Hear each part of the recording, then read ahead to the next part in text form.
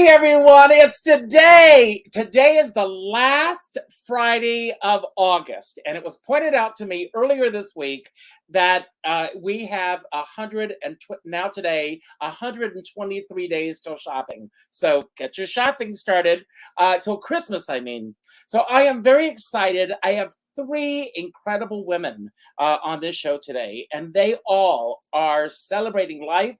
They are celebrating theater. They are celebrating life. And I've always said, and I truly believe this, that if everybody began every single day with a show tune, there would be no strife in the world. And boy, does Mary Lahti prove that. Mary, you didn't know I was going to open with that? I did not.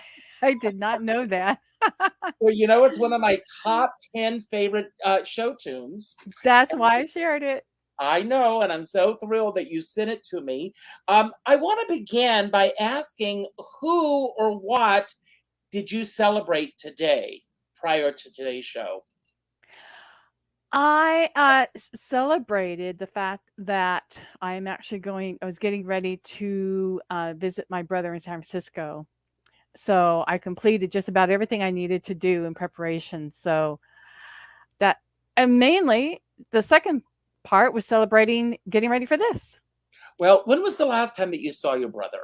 Last August. So it'll be a year. So it's I the have a 65th photograph birthday. of the two of you together from last year. So here it is. We haven't changed a bit. You haven't changed a bit. I asked for a photograph of all of our guests today because those who know the show know that I always ask for a photograph around 5. I think you're a little younger than 5 here. But this is, to me, it's the purest self. It's before life begins to tell you who you are, who you should be, who you shouldn't be. What do you think of when you see this photograph here? And I absolutely love this photo. Well, I remember loving my little brother, who's the one I'm going to be visiting, and he was just so cute to me as a young kid. I think I was 4 there, and as a young kid, I just adored him. And then I had because my brother was about 7 years older than us, so he always was, all going off to school and doing his thing. But then as we got older, I became very, very close to my older brother. So we were all very, very close. Now, all three of our guests today are all from California. Oh, Or not. And I know that you grew up in the Haight-Ashbury section of San Francisco. yes. And as you say in your bio, which I do my research, that you grew up before the hippies invaded the area. So, but one of the things that I loved reading in your bio that is so apropos for this particular show is the fact that you loved walking past the store windows and seeing them change the stores for all of the holidays. And you think that instilled in you, you decorate your house for every single holiday. Every month. Every month. Every month they change the theme. I have friends, Carol and Dee, if they're watching, and they do the same thing. It just kind of changes things up, and and I get cards from them for St. Patrick's Day, and they remember anniversaries and everything. And for me, my grandmother was the same way. She celebrated every single holiday to the hilt. I mean, nowadays, Halloween is running neck and neck with Christmas as far as decorations are concerned. But my grandmother was doing that long before everyone else was doing this. So did your family also decorate the house, or is this something that you instilled in yourself as you got older? Our family didn't do it that much, but it was something that ever since in elementary school, arts and crafts was my thing. So in school, you would do arts and crafts for various holidays, and that stuck with me. And I would always raise my hand as the one, can I decorate the bulletin board? Can I design this? Can I decorate this? So that's been with me the whole time. Didn't you love those days when you were in school and decorating if you got the I don't know what it was like where you grew up. I grew up in South Carolina, but if we got the opportunity to decorate the bulletin board in the classroom with crepe paper, Mhm. construction paper, and all of that. It was a big deal. Yeah. Oh, yeah. And I mean, and you had the themes, and so it was always exciting, and it also made the time go by fast too, and it created a whole different sort of memories Well, we're just going to from that bring on time. our next guest in just a moment. Before we do, I just want to say congratulations. You came on the show once before. At the last minute, it was a surprise thing, and we did a whole show, just the two of us. That was But it was a lot of fun for me. But I've known you for quite some time. You and I got to know each other originally through Wednesday nights at the Iguana when I hosted yes. that with Dan and Lorge. I just got back just a couple of weeks ago from Provincetown. And the last time that I performed in Provincetown, are you ready for this, Mary? Was 13 years ago. No, was that long It ago? was that long ago. You and Jim, your wonderful husband, you came to Provincetown to be there for me and to support me. And not only that, you were at every show, you were sewing costumes when they were falling apart and everything. And if I live to be 5,000 years old, I will never thank you enough because I'm going to tear up thinking about this because you really showed what the epitome of being a friend is all about. The fact that you two were there and you were there to support me. And we're not going to go into it. There were Yeah. extenuating circumstances behind the scenes that were not, it was not a pleasant time for me, but you made it pleasant. And so I want to say thank you for Well, you're doing that. very welcome, and don't I still remember when Jim crawled up to the stage to hold up the hem so we could fix it for you. I Do, don't think he looked under your dress, but Well, it's okay if he did. This was during the days of when I was performing as Carol. One of yeah. the things that I do on my Friday shows is I have some cards laid out so that I've got a mystery question for you. And I actually put out 8 cards today. So pull a number 1 through 8. It'll be your mystery card, and we'll see where this takes us. And then we're going to talk about our next guest in just a moment. Oh, let's do 5. It's my favorite number. Mine too. Ooh! Yes. So it says share something vulnerable with someone that you care about to deepen your connection. So no one's watching, it's just you and me. Share something vulnerable now about yourself that you've always wanted to share with others, but you never have for whatever reasons. Oh, I'm getting better about doing that, about sharing myself, but it's still a little. I consider myself an open person, but I'm really not. I'm very protective. So I'm like an open person with the curtains closed where I'm peeking through it. And once I gain your trust, then I open them up for you. So I like to give the impression that I'm an open person, but I'm still very cautious and closed at the same time. Well, that's a vulnerable aspect that we know about you now. Yeah. Yes. Well, question. Growing up, who were 2 influences on you musically, whose music you listened to around the house? Hmm. I My mother used to listen to country and western. And it wasn't my favorite, but she had the country and western radio stations on. My older brother had a variety, the Beatles, the Ventures. I mean, we're going way back. So he always influenced me on the Beach Boys and all that. And then so I just became, oh, and also classical. So I was exposed to all sorts of music and became a lover of all sorts of music. So I guess they were the initial influence, and then the Ed Sullivan Show. Well, our next guest, and I bring this up because I have met her through the world of the virtual reality, I guess it is.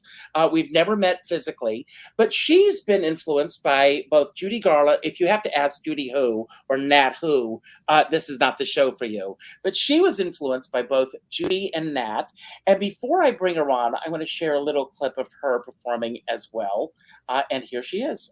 And I think this is at the Gardenia.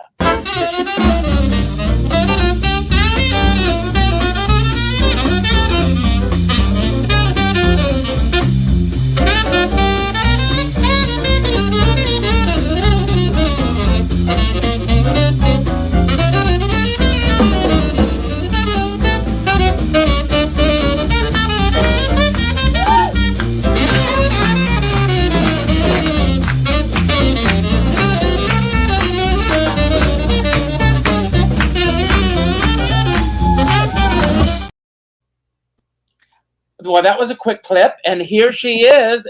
That's your band, Angela. That is my band. Well, welcome to the show. Meet Mary. Thank you so much for having me on, Richard and Mary. Very nice to meet you. Oh, same. Thanks. Great band. Tell us, first of all, about this band. If I remember correctly, I think you told me that you started out playing the oboe. Yeah, I was originally a classical musician, and I played the oboe and other reeds, like I played saxes and flute and stuff. And so that was my original musical journey, was to do that. At some point, I kind of decided I probably didn't want a life in symphonic music, and that was kind of where I was headed, because oboe is a very specific instrument. And so I ended up kind of doing musical theater, right, which is music and theater mixed, kind of. So I thought I was getting the best of both worlds. And you also grew up in California. Yeah. Where exactly did you grow up? And tell us a little bit about your childhood. I also have a photograph of you at 5 years of age. I'm going to bring this up here. And as Mary said, you have the same smile. You haven't changed a bit. And you are. I love this picture. Yeah, I know. I tried to get bigger lapels, but they didn't have any. So what can you tell us about this little girl and her dreams at 5 years of age, or about how old are you in this photograph? I think this is second grade. Interestingly enough, I'm still friends with my classmates from first and second grade, and one of my classmates that lives in Tokyo came on and corrected me. I said third, and he was like, no, that was second grade. I love that my classmates from second grade are still on Facebook with me. So my, music was really my first love. When I was in kindergarten, I had a little tiny guitar that like fits a child. And I started playing like folk songs and things like that in like kindergarten. And then as soon as school band came on in like third or fourth grade, that's when I started playing wind instruments. It was always music for me. Music was kind of my solace and my inspiration. It was something I just absolutely glommed onto. To me, it almost felt like I had done it in another life, for lack of a better way of saying it, like it was so familiar to me. I have not been, I wouldn't say the typical kind of precocious, ambitious child. I just actually really loved music. Mm-hmm. So it wasn't about like dreams of stardom for me.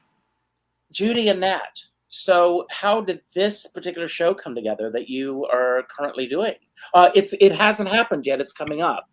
It's there's a new venue in Los Angeles, which is very exciting, called the Write-Off Room, and it's right in the center of Studio City. That's how I found you, by the way, Angela. Yeah. So I will say the Write-Off Room, they are doing a boffo job in terms of marketing the artists that they are booking there. It's a love fest with myself and the people at the Write-Off Room. It is so hard to do music and theatrical endeavors these days.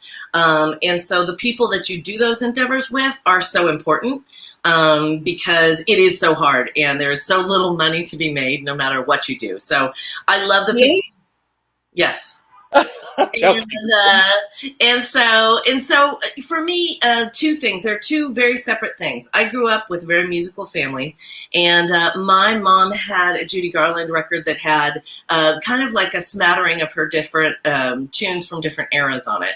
And, from Don't Rain on My Parade to Somewhere Over the Rainbow. And I grew up listening to that record, and I listened to that thing until I bore grooves into it. There was something about her voice, to me, that still inhabits everybody in this life who's a dreamer. Mm-hmm. So I sang Somewhere Over the Rainbow a couple of months ago, and it seems such a bizarre choice in our kind of skeptical Los Angeles audience. And yet, when I said to people, this is a song about dreamers and about hope, suddenly it resonated. And to me, there's something about the way that she sings that makes me feel very inspired and hopeful. And so she inspires me that way. And Nat King Cole is a totally different thing for me. I started the sound of his voice, for one thing, is just beyond magic. right? If anybody could capture the vulnerability and the realness that he does when he performs, a reluctant singer, I don't even know that anyone ever has, to me. And interesting, he just has a fascinating life to me. He was an activist before activism was a thing. But a interesting activist, an effective activist. So he didn't fight the fight when you couldn't be won. He fought the fight long term. Very, very interesting man.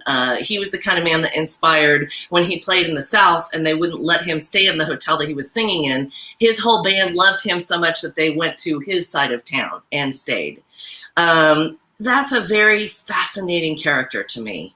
So not only is his music inspirational to me, but I find his character inspirational. That's incredible. And I want to do a shout out to Will Friedwald. He has an amazing book on Nat King Cole. I don't know if you've read it or not. I will. And the interview that I did with Will is on demand on my YouTube channel. So check that out. Fantastic. But you also, I have another photo here. Well, congratulations to all of you who survived the hurricane last weekend. Thank you. This has been rescheduled. And tell us about this show. So we're lucky enough to play, again, at a really amazing venue that's out in a little town that's a bit east of Pasadena called Monrovia. And it's a little bar called the Poorhouse in Monrovia. And, you know, we've just developed a relationship with the owner of that show, and we play there about maybe every other month, sometimes every month. And it's a place where we, since it's a smaller venue and it's not set up for live music in the way that a club is, we play a lot of really jazzier stuff. One of the interesting things about having put together an octet is it can sound a little like big band and it can sound a little like jazz. And so we actually kind of thread that needle in this place, the Poorhouse, where we're playing this coming Sunday. We'll be playing kind of our jazzier sets. So we do a couple sets while people eat their brunch. Well, we're about to bring on our next guest, but before we do so, there are 7 mystery cards laid out. So pull a number 1 through 7. 7. And the question or statement is, which emotion do you struggle with the most and why? And I'm going to ask, because I'm all about the arts. In this business, we I think I can speak for Mary. I know I can speak for myself. Our emotions are up and down based on how the wind changes in this business. What is the biggest emotion that you find that you struggle with in this business, and what gets you through it? For me, the biggest emotion, my last name is O'Neill, and so the biggest emotion that I struggle with is my temper. Oh. And I think in the way that I cope with it, which I think is the second part of the question, is I try to follow the example of Nat King Cole, and I don't fight a fight unless I feel like there's something that productive that can come out of it. What a great lesson to come from that. Well, I'm going to bring on our next guest.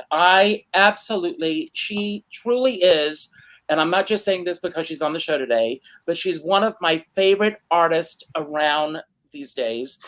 She has a phenomenal show, and she performed at the Gardenia last Saturday night in the midst of a hurricane coming in. From what I understand, she did very well. And it's about riding the bus to the red carpet. I'll let her tell you a little bit about this, but it is an amazing show. She won the Bistro Award earlier this year. And everybody who's watching the show, look at this poster. Saturday, October 21st at 7 p.m. at Don't Tell Mama.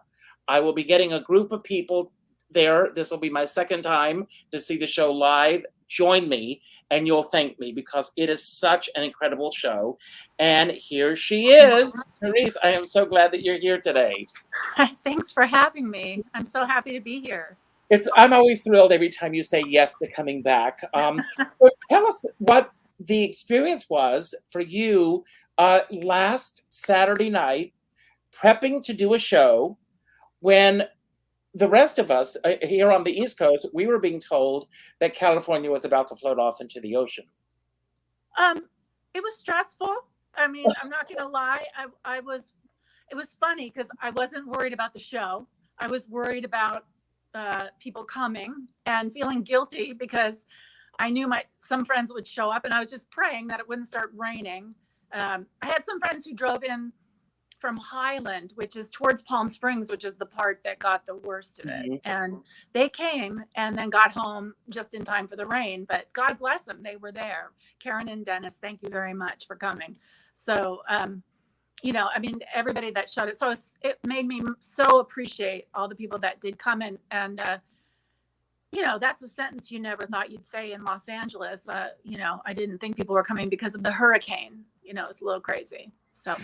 Are you of the school of the show must go on? And if yes or no, and what are those circumstances where you say, I actually don't think that we should go forward tonight with this? Thank God you did the show because no one was in harm's way. Let's put that out there, first of all. And you did have a great audience and people were able to get there and enjoy the show. So, but when do you make the decision that I need to say, no, this may not be the right time to do this? Well, if it had been raining, if it had started raining, I would have canceled it, you know, because I wouldn't want anybody to do that. I mean, your question reminds me, 30 years ago, a long time ago, not quite 30 years ago, I was doing a baby in Santa Monica, and a friend of mine had just passed away from AIDS after a long illness. And I went and sang at his funeral in North Carolina, then came back and ran on stage to do the show. And at a scene change, I walked off. I thought I was walking off stage, and I walked off the end and fell into the orchestra pit. And God. I jumped up. I didn't know if I'd broken my leg, but I had a rather big part, and I just jumped up and ran backstage. It was so dark, nobody saw me do that. And today, as a much older woman, I probably would have been like, I just fell off the stage. Maybe we need to stop for a moment. But I just kept going, you know, and that, I mean, I think you have every right to stop the show in moments like that. I mean, you know, personal health is pretty important. Well, I will share with you that years ago, and I think she was probably 85, 86 at the time, but I went to see Marilyn May. And she was performing at the Palace Theater in Stamford, Connecticut, Black Box Theater. And Billy Stritch was at the piano. She walked out and she tripped on a chord and fell flat on her face. And of course, there was a collective hold your breath from the entire audience. And she said, let's do that one more time. And she got herself up, she walked off, she came on, she did the entire show. But after the show that night, she was black and blue. I mean, she was in excruciating pain, which of course the audience never saw while she was doing the show. So like I've done with both Angela and Mary, I have a photograph of you. Yes, and again, the smile is there, you haven't changed a bit. What can you tell us about this little girl? She was, I have to say that I was a very mystical little kid. I wanted to be a nun. I don't know why I feel like I want to share that, but I mean, from the time I was a little girl like that, I just thought nuns were like the thing. And, and I just love going to church. May I ask about what the time frame was? Was this like Sound of Music time where that was the... You know what? And a nun story. Like I think, I mean, okay. I don't know that I'd seen that musical either. You know, I'd seen that musical or I had seen that movie, but there was just something, I don't know. I loved church. I was a very like spiritual little kid, and you know, and I feel sad that kind of has you know, life goes on, and you get a little disillusioned about things. I always believed in magic and things like that, and I think you have to look for that the older you get, you know, to allow yourself to have that faith again. I'm going to paraphrase the line, but my favorite line in the movie, believe it or not, is when Eleanor Parker says to Christopher Plummer, there's a young woman upstairs, and something tells me she's not going to be a nun. She'll never be a nun. She'll never be a nun. But I can understand, going into that world, of wanting to be a part of that world. But I'm glad that you chose the path that you did. You and I have spoken a few times, but I mean, this year, finding out that you won the Bistro Award, being a part of that, you put your heart and soul into a project, like Mary winning the MAC Award as well with her show. You don't do it for the awards, but when the awards come along, it's validation from the industry that, yes, you've earned the right to now call yourself award winner, and that will never be taken away from you. So what was that aspect like for you, adding to all the other accolades that you've achieved this year? Part of it, I'm so honored, but there's still a part of me that's like, well, how big can it be? I mean, I won, there's still that part of me that doesn't like myself to the point of, and I've always, I probably shouldn't have said that. I was so honored, but there was also that voice inside of my head that says, you're nothing special. And that whenever anything good happens, that just gets louder and louder. I feel like I was just a little bit too vulnerable right there, but that's, because it was such a big deal. And it took me until I got home, going to New York and getting the award and having that whole experience to come home and go, oh, wow, that was a big deal. That was a really big deal. And sometimes it just takes me a while to let that in. Does that make any sense? It makes perfect sense. I listened to an interview yesterday with Joan Rivers. And Joan Rivers she said everything that's happened in her career, she's had to claw her way to get it. I mean, even when she did Broadway Bound on Broadway, she replaced Linda Lavin, and I saw her do it. She was phenomenal. She flew herself to New York on her own dime because nobody believed that she could do it, because she was Joan Rivers, the comedian, and they didn't think that she could do these other aspects. I think we unfortunately live in a world where people try to pigeonhole us, and I think that has a lot to do with us believing, questioning our body of worth, as I like to refer to it, when these things do come along. But I'm going to ask you, there are 6 cards laid out, so pull your card, and then we're going to have a little round robin about the creative process with all of you. Okay, number 6.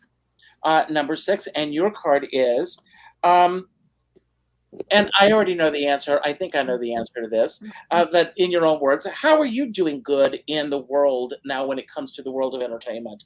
And how do you feel about the level of impact that you're currently making? And don't feel that you're not making an impact, because you are. No, thank you. No, that's the part of me. But I have to say, because I talk about some stuff in my show, I talk about being a survivor of sexual abuse in my show. And there's always, every time I do the show, there's one person who comes up to me and thanks me for talking about it. And I feel like that's the whole reason I'm, that's what makes it, that gives me the courage to keep talking. Because it's hard every time. Like every time I go, oh, wow, I'm going to talk about this again, but then it gives someone else permission to say, me too. And thank you. Because that, that makes them feel better that they're not alone. So I think it's that language of the heart that you're talking about, right? It's those connections. It's those things Yes. that tie us all together. So I put together some questions based on my own writings. I am a real follower of Julia Cameron, who wrote The Artist's Way. Yep. I do my morning pages every morning. And each morning, one of the things that I've been doing is I try to tie in books on inspiration and creativity and pull them together. So the questions that I have for all of you are based on my own morning ritual of writing and everything, for those who are tuning in for the first time. And I'm going to start with you, Mary. And the question is, what did you discover about yourself in the last year when it comes to your performing? And I know that you... at one time, correct me if I'm wrong, you got pulled back in to do it again when you got the nomination and eventually the award. And thank God, because that gave me the chance to see the show. Mhm. But what did you learn about yourself through your show?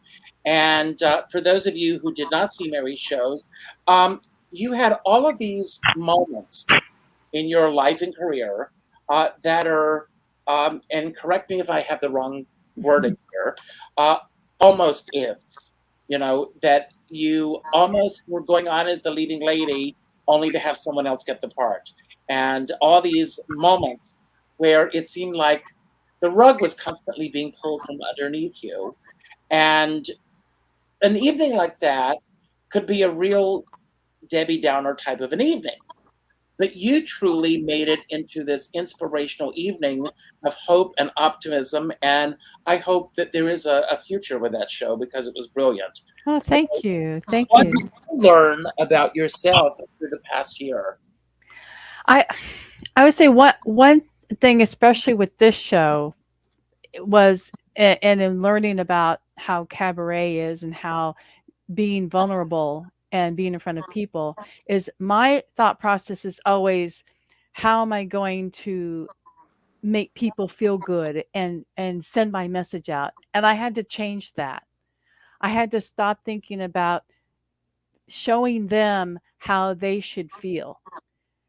And I learned that just being yourself was enough to instill whatever somebody else out there is feeling. It could be perhaps you're joyous and you're just being joyous, and that joy is coming across in different ways.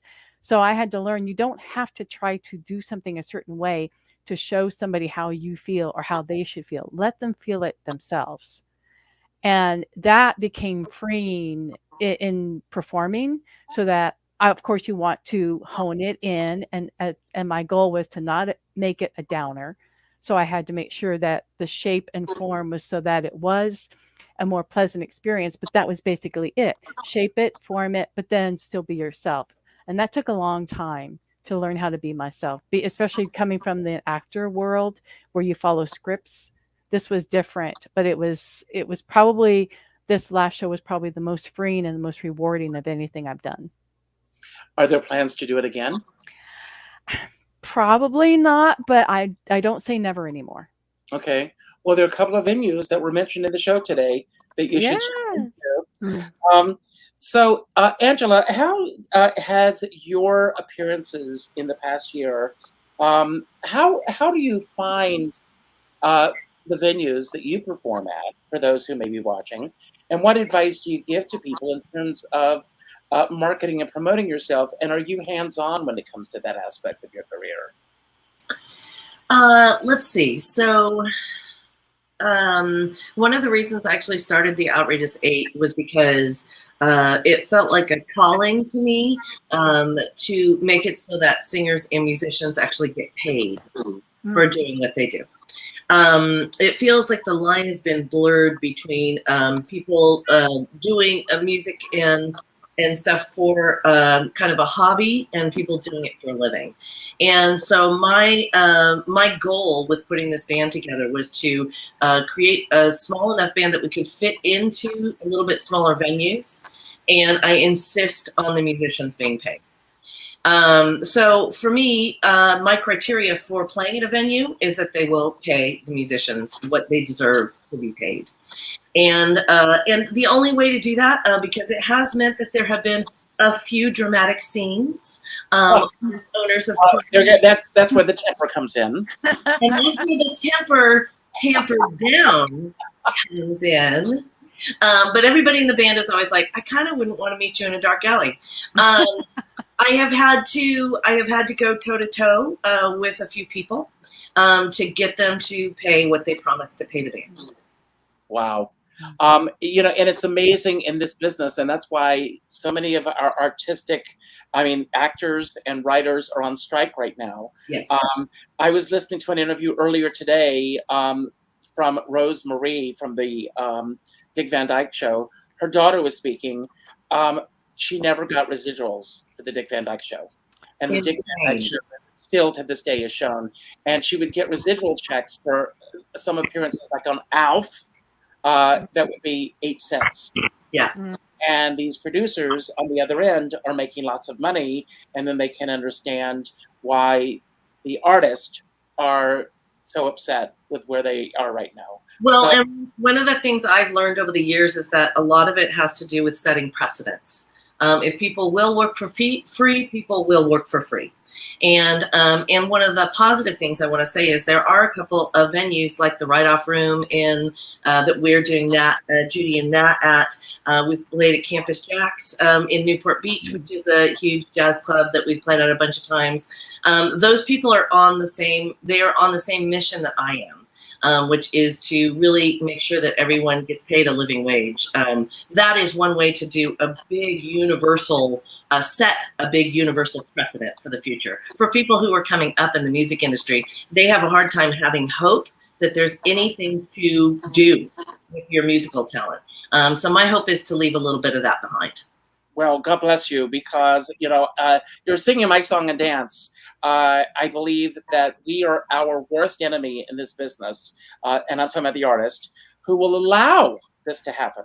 And as long as you allow it to happen, trust me, it's going to happen. Yes. So, Therese, you, as we've already mentioned, won the Bistro Award this year.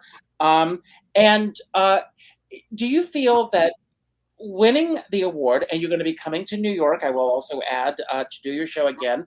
You're going to be part of the New York City Cabaret Convention. So congratulations to that as well. Do you feel that having these two check marks next to your name make it easier or harder for you in this business?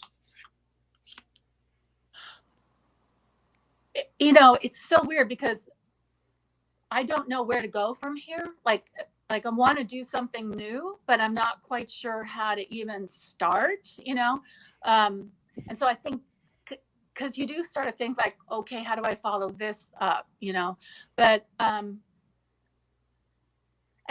but also it's all just so amazing to me because I gave up on this a long time ago. Like I really had given up on all of it, and so this all feels like icing on the cake. It's so amazing, so I'm so grateful. I just feel the gratitude I feel that they've allowed me to be part of the New York community. It's amazing. So I'm so grateful for that. Oh, good. Mary, how did the show that you just did, how did it come about? I was feeling like I was ready to do another show based on the 10 years I had spent learning and seeing other people's shows and saying, I'm ready to try to take what I've learned and see if I've improved and tell my story. Because one of the things that came up from one of my casting agents said, what is a show that has a song in it, or what shows would you still like to do at this time? And thinking about that made me realize, well, I'm a little older, so all the ones I wanted to do that I had the opportunity to do, was cast in, but got taken away from me. Wait, there's a lot of them. Wait, there's a story. But it wasn't just a story. It was they were wacky stories. So I thought and I said, well, I'll do a song from each show that I didn't get to do. But then in looking at each show, I realized the songs in the show told the story of what happened. So I didn't have to do that particular song. And it just pretty much developed, and I had a blast with it. It's like, oh my gosh, this is crazy. Nobody believed it, but it was all true. No, and it's a fun show. Just love it. Thank you. Angela, I mean, we've gotten a sense of your tenacity and going, in just a few moments that I've gotten to know you. But what is holding you back, if anything, in this industry, in today's world? I guess I would say I don't think there's anything holding us back except for I feel like there's a disconnect between streaming and the general public understanding that artists don't get paid for that. Mm-hmm. So there's nothing really holding us back. I actually think we're doing great. My band and I and artists in general, I think, are putting together amazing inspirational work, including Mary and Therese. And I feel like that is not really, there's nothing really being held back except for that disconnect. I told somebody recently, we have a website, AngelaMayO'Neill.com, and people can go and digitally download. But they're literally say to me, well, I have Spotify and Spotify pays you guys. So what difference does it make? Well, no, that's incorrect. And so I try to re-educate people to try and understand that those companies have written contracts which apply, some of them to the big studios, the big recording studios. Sometimes they pay those very famous artists. But as far as artists that aren't quite as famous, literally you make almost like 0.00000098. And so it literally, I would say, holding us back, not really, but I think it's a kind of a lack of education on the part of the general public to understand that artists don't get paid. And that's true of why we're on strike right now, right?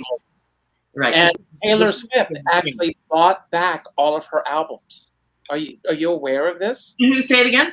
Taylor Swift Yes. bought back all of her I albums. was aware of that.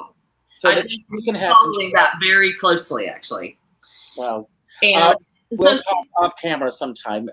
Mary knows my story, but I got burned very badly in this business, and I can't really publicly talk about it. Right.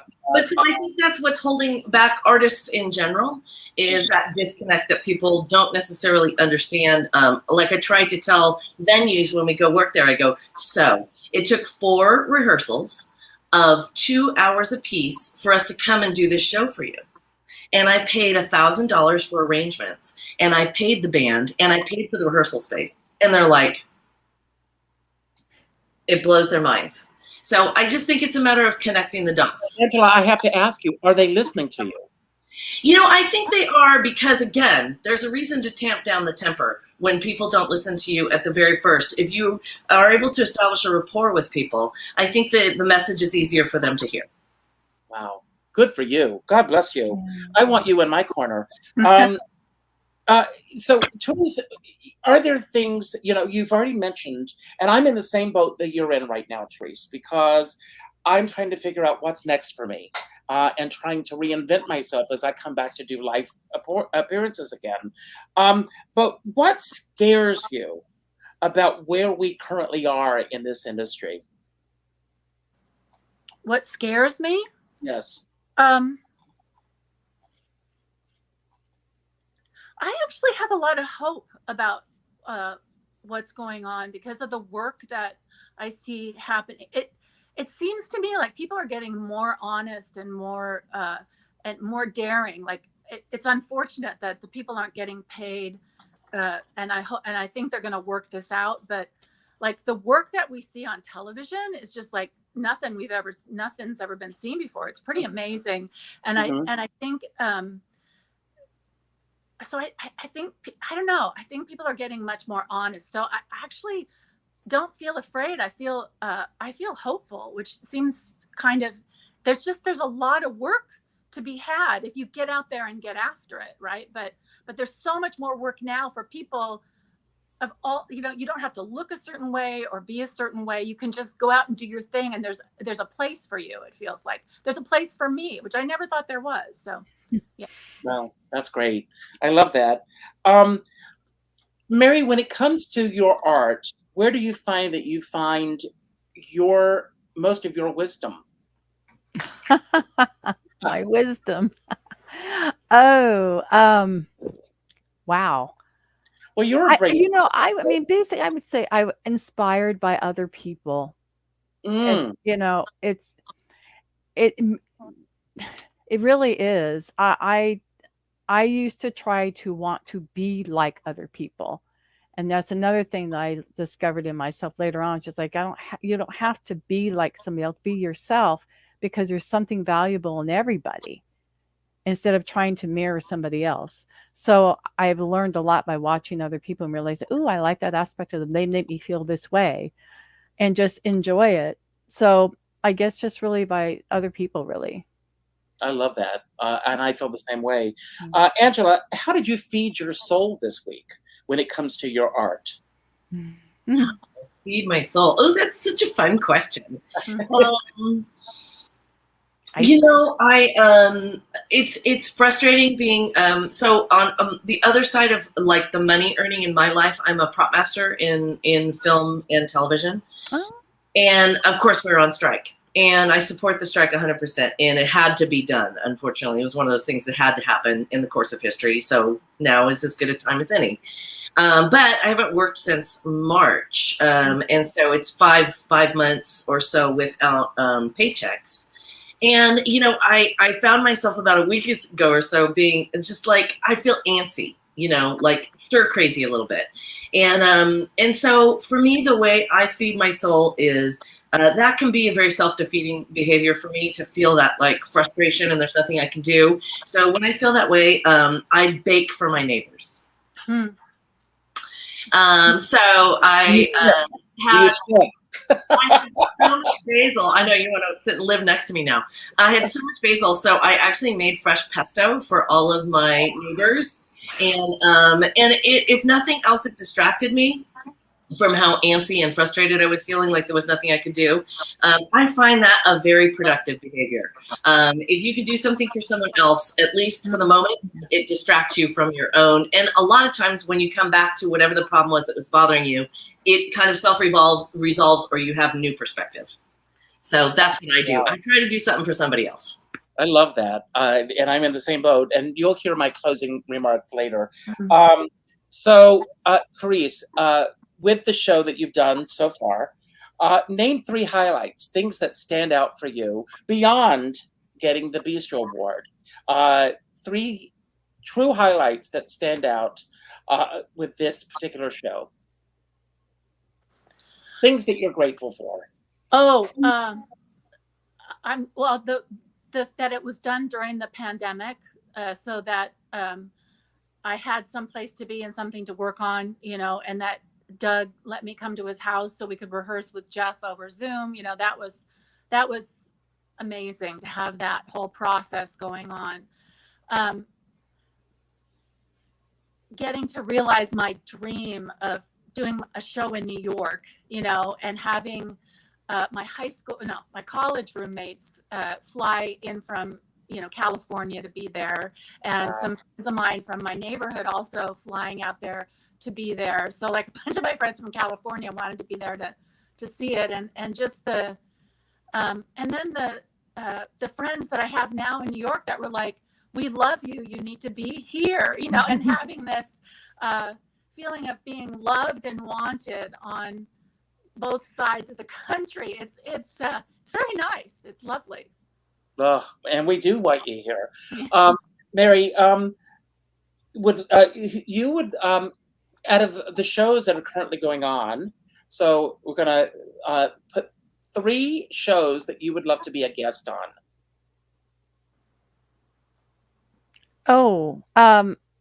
Like what shows? The live shows in New York, shows that you've seen that you would love to actually be a guest in their show.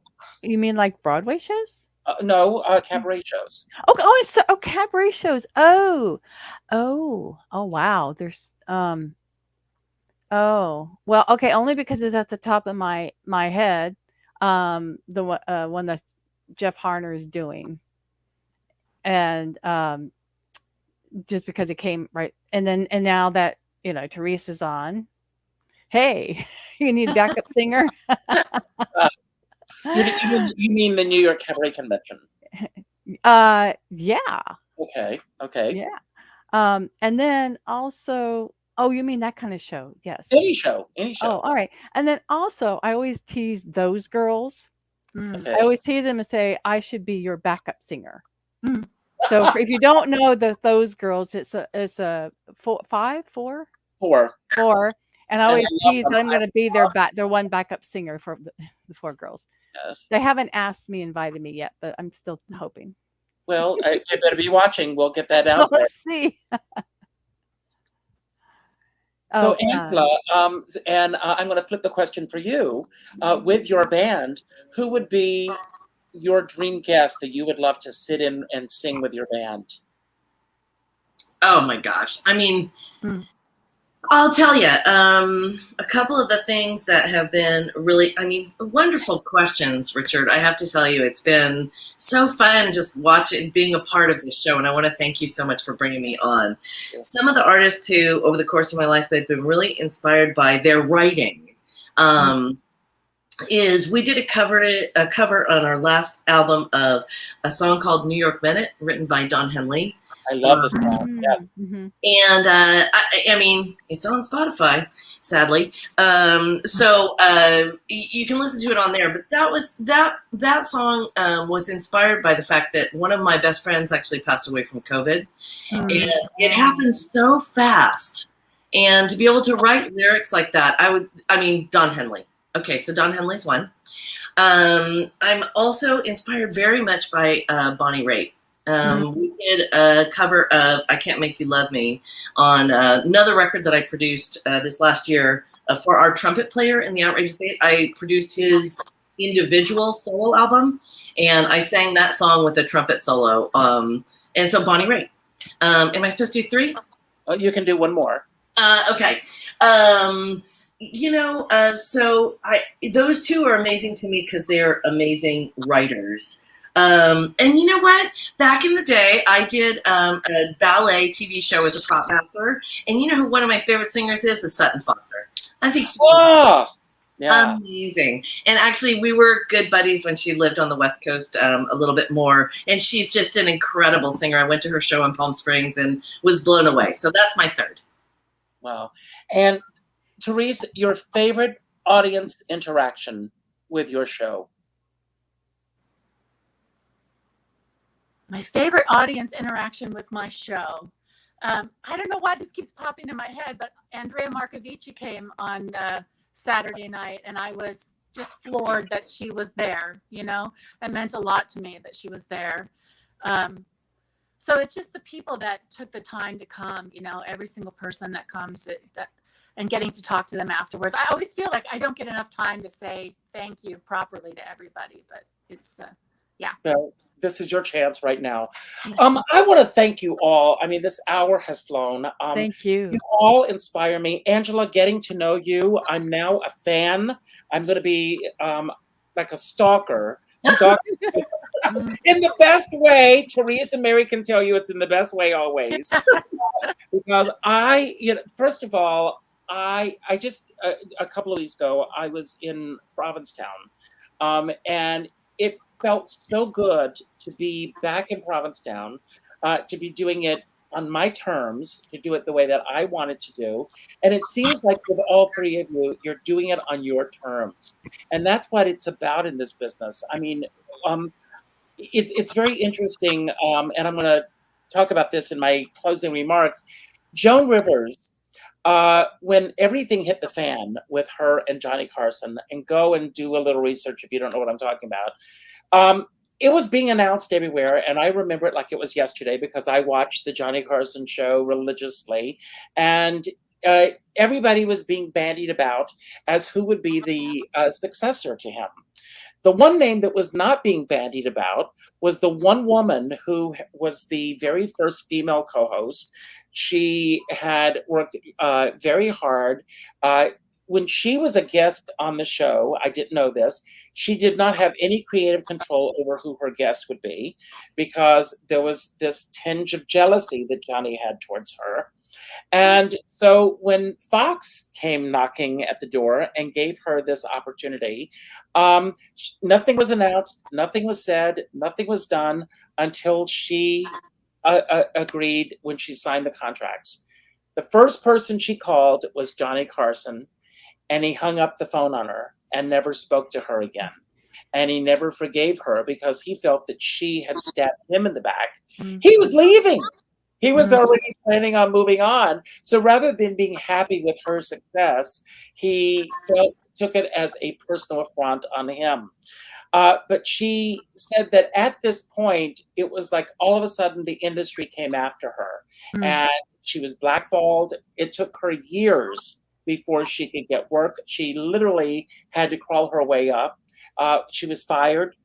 She threw an ashtray because she was frustrated. Speaking of tempers, she was frustrated one day, threw an ashtray, and Barry Diller, who was the head of Fox Television at the time, she received a memo saying that she was being fired because rumor had it that she had trashed her dressing room. Mm. She said, "Come and see my dressing room." I threw an ashtray. I admit that. I was angry.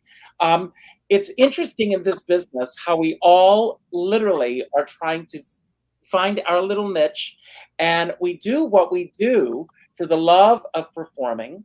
We should be paid for what we do. And yet it becomes frustrating because of the egos of other people in the industry, feeling that they are not going to get their piece of the pie, or they're not getting enough, or whatever. And that's what it all boils down to. There truly is enough to go around.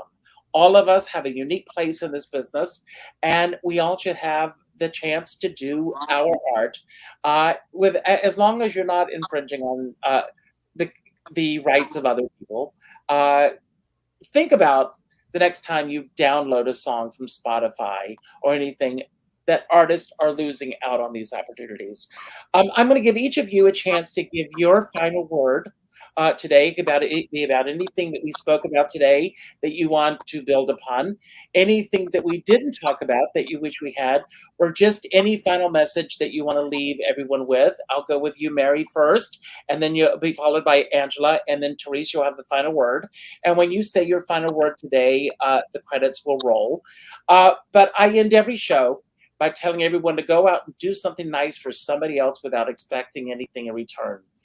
Pick up the phone, go to your Facebook friends list, and the fifth name that pops up, reach out with a phone call. Not an email message, not a text message, not a private inbox message, but a phone call. And let that person know how they've made an impact on your life. And trust me, by doing so, you're going to make an impact on their life. I want all of you to do the same thing. And you truly will make a difference in that person's life. I have a dear friend, Sean Moniger, and he says, we are all in the same storm, but we're in different size boats. And I always say, I don't care what size boat you're on, as long as you have a skipper by your side. And with that, I'm going to leave the screen, and Mary, it's all yours. Thank you all, and make it a great week. As we all end August, end on a high note, and make September be the best September possible. Mary, it's all yours. Thank you so much, Richard, and everyone. As performers, we often get upset at ourselves and get down and kick ourselves when we mess up. And so considering that today is Kiss and Make Up Day, one of the things I'd like to share is that just kiss and make up with yourself. If even in life, if you get down on yourself because you made a mistake, you forgot to, whatever it is, don't forget to forgive yourself. Thank you. Good night. Wow, that's beautiful, Mary. I think it's been a really inspirational conversation to me, and my final word I'm not sure how it would apply to kissing and making up, but my final word would be, I hope that it gives some hope to younger folks who are coming into the industry, who might think like, oh, how will I ever make this work? I think that there are opportunities, and I would hope that this show and shows like it would give folks who are coming into the industry a little bit more hope as they start out as youngsters. So thank you guys, and good night. I would just say thanks to everyone who's come to see my show and who's watching today. And thanks, Richard, for everything, all your support and your fabulous work interviewing all of us, and your support of the creative community. Thanks for inviting me here today. We had some technical difficulties. I'm on my phone. I just was a little flabbergasted, and I'm so grateful to be part of this today. Thank you so much.